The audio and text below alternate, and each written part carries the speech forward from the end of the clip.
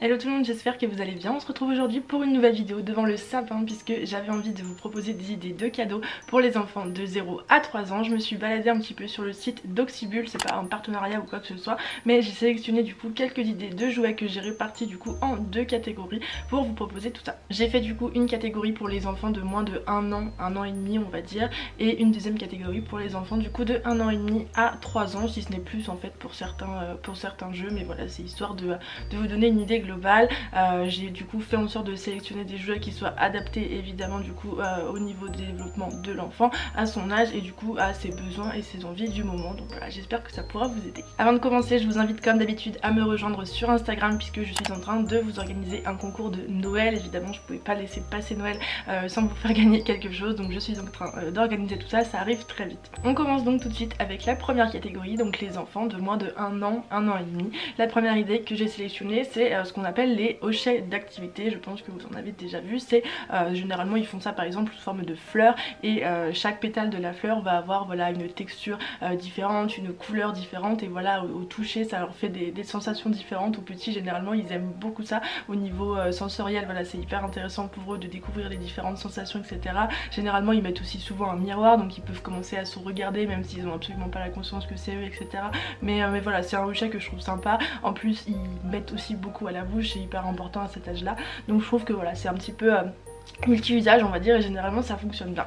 Deuxième catégorie d'objets que j'ai sélectionné, c'est les objets à tirer. Généralement ils font ça sous forme de train avec une petite ficelle, et les petits aiment beaucoup ça quand ils commencent à se déplacer. C'est vraiment super, que ce soit à quatre pattes ou alors après quand ils commencent à se mettre debout, de se promener avec leur train.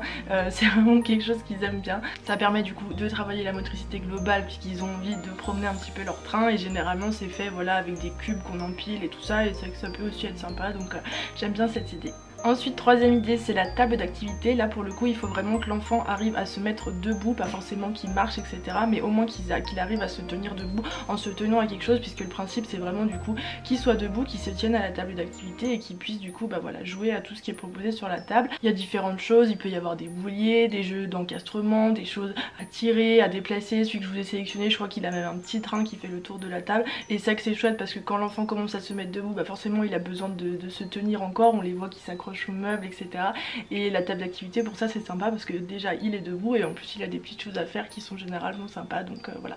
Pareil, quatrième idée pour quand l'enfant commence à vouloir se mettre debout et dans l'apprentissage de la marche, c'est le pousseur. Ça c'est un truc que je trouve vraiment super, c'est tout est dans le nom hein. Un pousseur il se met debout, il s'accroche et du coup avec les roues il peut faire avancer le pousseur tout simplement. C'est beaucoup mieux et beaucoup plus adapté que ce qu'on appelle les Yupala, les trotteurs, vous savez, où on place l'enfant dedans et il tient debout tout seul entre guillemets. Ça c'est, enfin, ça fait déjà un bon moment qu'on sait que c'est pas du tout adapté au développement de l'enfant, que ça l'aide absolument pas dans l'apprentissage de la marche, et que ça peut même générer voilà, une frustration importante quand l'enfant n'est pas dans le Yupala du coup, parce que quand il est avec le Yupala il est dans l'illusion on va dire de pouvoir se déplacer alors qu'en réalité il ne l'est pas, et ça peut être compliqué à gérer dans leur tête, donc on évite le Yupala, le trotteur. Mais par contre le pousseur c'est juste super parce que voilà, encore comme la table d'activité, ça leur donne une aide du coup pour marcher, et pour le coup c'est vraiment lui qui marche, c'est lui qui muscle ses jambes etc, et c'est top. Ensuite j'ai noté les jeux d'encastrement.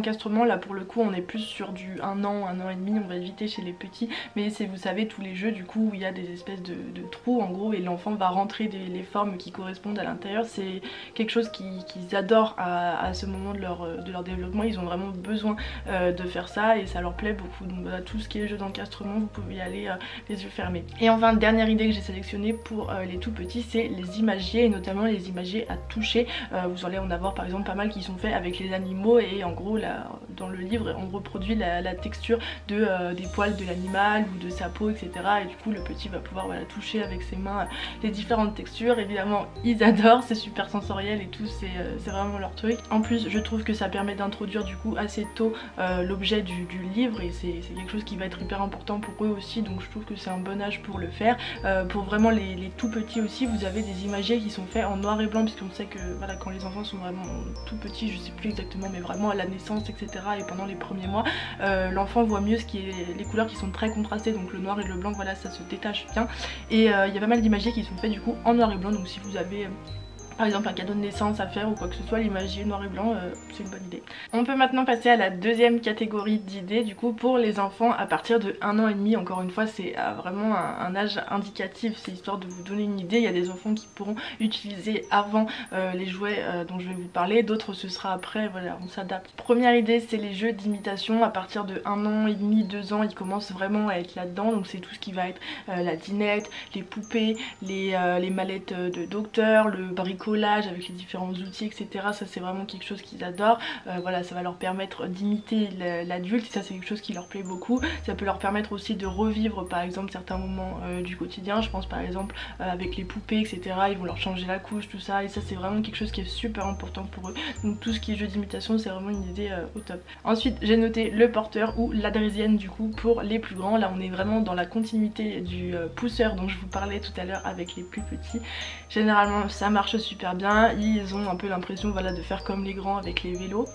Et ça leur permet bah voilà, par exemple de se déplacer, de se dépenser un petit peu, de développer la motricité globale, tout ça, et en plus de travailler l'équilibre. Là pour le coup avec la draisienne on est vraiment sur ce travail là et c'est intéressant je trouve. Je vous propose ensuite les puzzles. Là voilà on est vraiment dans les grands classiques mais ça fonctionne super bien. On est encore une fois du coup dans cette idée d'encastrement. En plus maintenant ils en font sur voilà, plein de sujets différents, sur les animaux, avec des différents personnages etc. Ça peut être l'occasion de discuter avec votre enfant, voilà, d'échanger un petit peu selon voilà, où il en est dans son acquisition du langage. Et ça peut être intéressant aussi pour travailler là-dessus avec lui. Et dans la même idée du coup les livres, je peux pas faire de liste de Noël sans vous parler des livres, mais c'est vraiment quelque chose qui est super important dans le développement de votre enfant. Déjà première chose, ça vous permet de passer un moment agréable avec lui quand vous allez voilà, lui lire l'histoire, et pour lui il y a vraiment plein de bénéfices. Ça va lui permettre voilà, de développer son imagination, de développer son vocabulaire, d'entendre des nouveaux mots etc.